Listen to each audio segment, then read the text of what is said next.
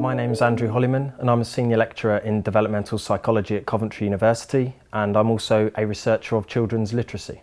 My general area of interest is child development, but I think I'm particularly interested in trying to find out ways in which we can both identify and support children who may find it more difficult to access the curriculum. And the focus of my research as a way of doing that has been to look at children's literacy. And the project I'm working on at the moment, the Nuffield funded project, is preschool screening for literacy difficulties, a new test of speech rhythm sensitivity. One of the most widely accepted findings over the past 4 decades is that children's literacy difficulties are sometimes associated with more difficulties processing phonological information. And so we're talking about the sounds of language, perhaps in its most general sense here.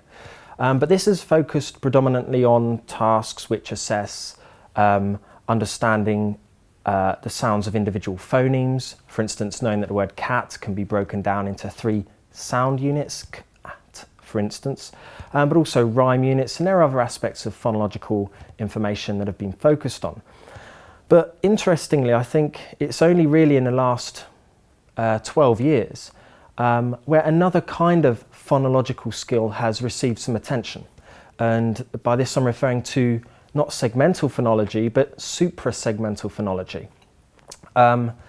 So we're talking here about rhythmic patterning, for instance, speech rhythm, prosodic skills. So aspects of the speech signal concerned with stress, intonation, and timing, for instance.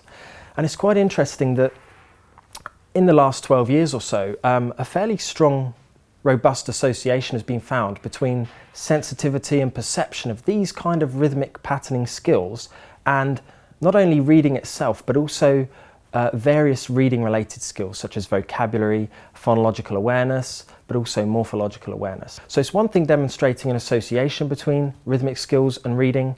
What can we do about it? Okay? Can we identify children who may have reading difficulties based on their rhythmic sensitivity?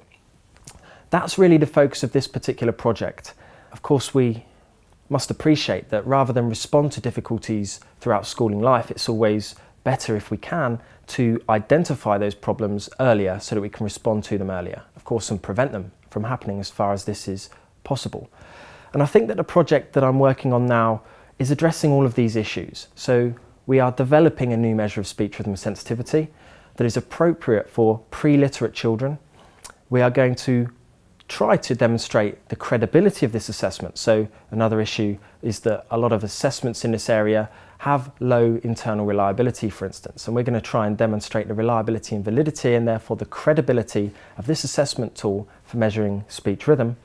We're also going to follow up these children 1 year later. So we're going to see if pre-literate sensitivity to speech rhythm can predict growth in literacy.